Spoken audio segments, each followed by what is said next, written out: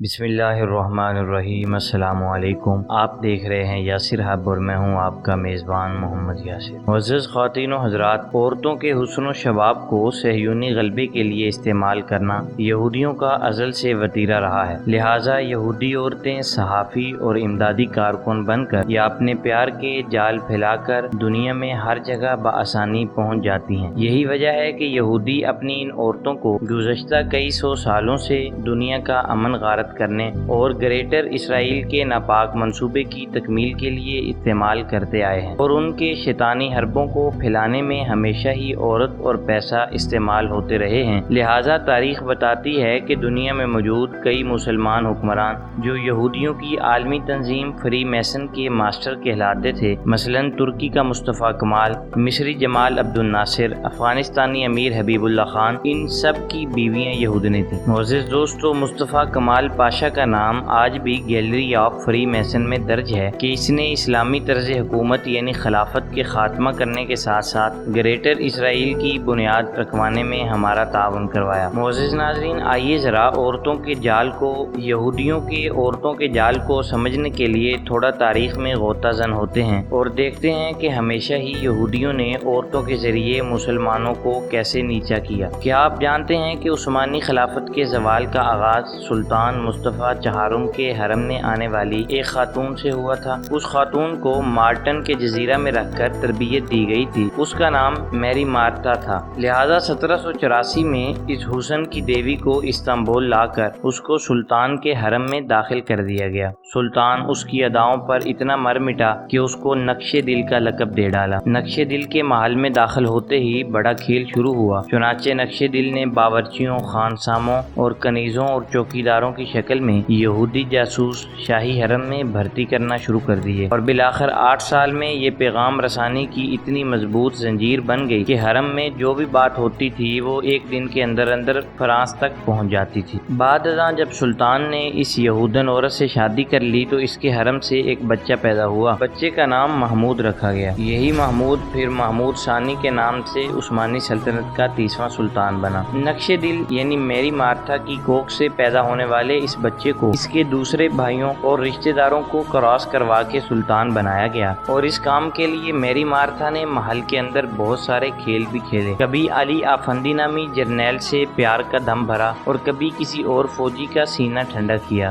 بالآخر اس کی سازشیں کامیاب ہوئیں اور 28 مئی 1807 کو سلطان سلیم کو گرفتار کر کے اس کی جگہ پر سلطان محمود ثانی کو تخت نشین کر دیا گیا۔ اس کے بعد میری مارتا 29 سال تک زندہ رہیں، اور اس فرانسیسی عورت نے عثمانی سلطنت اور اسلامی تاج کو فرانسیسی رنگ میں رنگ دیا۔ چنانچہ محمود ثانی نے اقتدار سنبھالتے ہی سب سے پہلے عثمانیوں کی نشانی یعنی پگڑی باندھنا ترک کر دی، اور پھر آہستہ آہستہ جبہ پہننا بھی چھوڑ دیا، اور پھر دیکھتے ہی دیکھتے وہ مکمل طور پر مغربی رنگ میں رنگا گیا۔ اگر آپ انٹرنیٹ سے آخری عثمانی خلفاء کی تصویریں نکال کر دیکھیں تو آپ کو وہ مکمل طور پر مغربی رنگ میں رنگے ہوئے نظر آئیں گے۔ سلطان محمود کے اقتدار سنبھالنے کے بعد دنیا کی سب سے بڑی اسلامی فوج یعنی خلافت عثمانیہ کی فوج کی ٹریننگ کے لیے غیر مسلم یورپ سے فوجی لائے جانے لگے۔ اس کے بعد بڑے بڑے وزیروں اور عہدیداروں کے بچوں کو تعلیم حاصل کرنے کے لیے یورپ بھیجنا شروع کر دیا گیا، اور جب وہ لوگ وہاں سے واپس پلٹتے تو انہیں بڑے بڑے عہدوں سے نوازا جانے لگا۔ یہی نوجوان تھے جو بعد میں اس تنظیم کے رکن بنے جس تنظیم نے خلافت کے خاتمے اور جمہوریت کے نفاذ کی تحریک چلائی تھی۔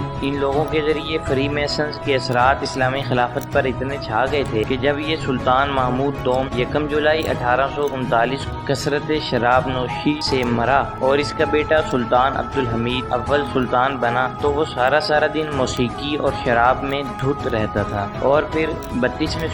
سلطان عبد العزیز کو 1867 میں جب یورپ کا دورہ کروایا گیا تو وہاں پر اس کو یورپی کلچر سے اتنی محبت پیدا ہو گئی کہ اس نے واپس آ کر یورپ کا سارا کلچر استنبول میں لانے کی کوششیں شروع کر دیں۔ جب یہودیوں نے دیکھا کہ اب حکمران بھی اور عوام بھی ہمارے رنگ میں رنگ چکے ہیں تو انہوں نے میڈیا کا سہارا لے کر خلافت کے خلاف مفت پمفلٹ چھپوا کر لوگوں کے گھروں میں پھینکنا شروع کر دیے، اور پھر آخری بم کے طور پر مصطفیٰ کمال پاشا کو لایا گیا، اور یوں مسلمانوں کا تاج و تخت جس پر مسلمانوں نے 600 سال تک حکومت کی تھی ایک فری میسن مرد اور ایک فری میسن عورت کی سازشوں کے ہاتھوں اختتام کو پہنچ گیا۔ ناظرین، اس وقت بھی دنیا کے نقشے پر اگر نگاہ ڈالی جائے تو پاکستان سمیت بہت سے اسلامی حکمران اور عہدیدار ایسے ہیں جن کی بیویاں غیر ملکی یا فری میسن تھیں اور ہیں، جیسا کہ مصر کے صدر انوار السادات کی بیوی جہان سادات، یاسر عرفات کی بیوی سہا عرفات، بشار الاسد کی بیوی اسما اسد، اور اردن کے پورے شاہی خاندان کی بیویاں آج بھی غیر ملکی یہود میں ہیں۔ اور اب افغانستان میں صدر عبداللہ اور اشرف غنی، ان دونوں کی بیویاں غیر ملکی فری میسنز ہیں۔ معزز خواتین و حضرات، اسرائیلی تنظیم موساد نے آج بھی اپنے مذموم مقاصد کی تکمیل کے لیے دنیا بھر سے خوبصورت ماڈلز، اداکاروں اور فلم اور ڈرامے کی دنیا کے حسین چہروں کو اپنے ہاتھوں میں رکھا ہوا ہے، جو ضرورت پڑنے پر اسرائیلی ایجنٹی کا کام دیتی ہیں، جس کی گواہی 2013 میں اسرائیل میں بننے والی کیڈن نامی ایک فلم میں موجود ہے، جس میں دکھایا گیا ہے کہ کس طرح اسرائیل نے ایک حسینہ کے ذریعے اپنے دشمن حماسی رہنما محمود کو قتل کروایا تھا۔ بلکہ 2010 میں جب 13 اسرائیلی ایجنٹ دبئی میں داخل ہوئے تھے اور انہیں UAE میڈیا نے ایکسپوز کر دیا تھا، تو ان میں سے اکثر و بیشتر دنیا کے مشہور ماڈل اور اداکاریں تھیں جو دنیا کے مختلف ممالک سے اسرائیل کی ایجنٹی کے طور پر دبئی میں پہنچی تھیں۔ معزز ناظرین، خلاصہ یہ ہے کہ زنا، شراب، عورت شیطان کے وہ جال ہیں جس سے یہودی اور صہیونی تنظیمیں اکثر و بیشتر مسلمان مردوں کا شکار کرتی نظر آتی ہیں۔ خدا را جاگیے اور اپنے حکمرانوں کے غیر ملکی تعلقات پر نظر رکھیے تاکہ امت دوبارہ کسی شکاری کے شکار ہونے سے بچ سکے۔